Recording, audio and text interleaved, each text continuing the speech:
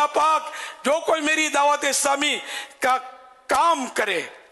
یا اللہ پاک جو کوئی دعوت اسلامی کے لیے چندہ کرے، ٹیلی تھون میں حصہ لے، یا ویسے ہی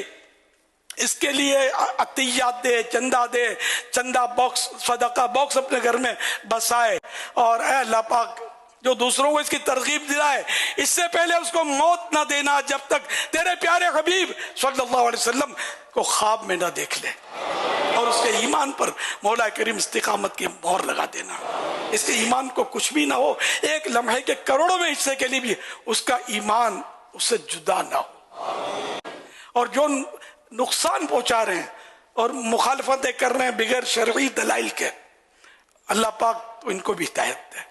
ہم ان کا بھی بھلا چاہتے ہیں کہ یہ اس عظیم گناہ سے باز رہیں، اور دین کے کام جو ہو رہے ہیں ان کے لیے یہ اس آیت مبارکہ جس میں اشاعت فاحشہ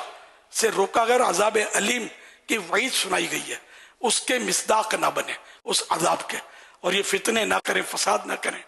اور دعوت اسلامی کو کام کرنے دیں۔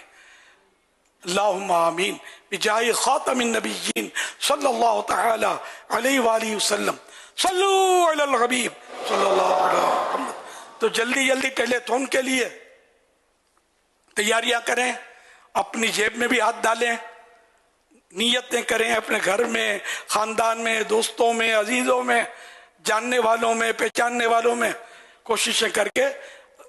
دعوت اسلامی خزانے کا منہ بھرتے رہیں۔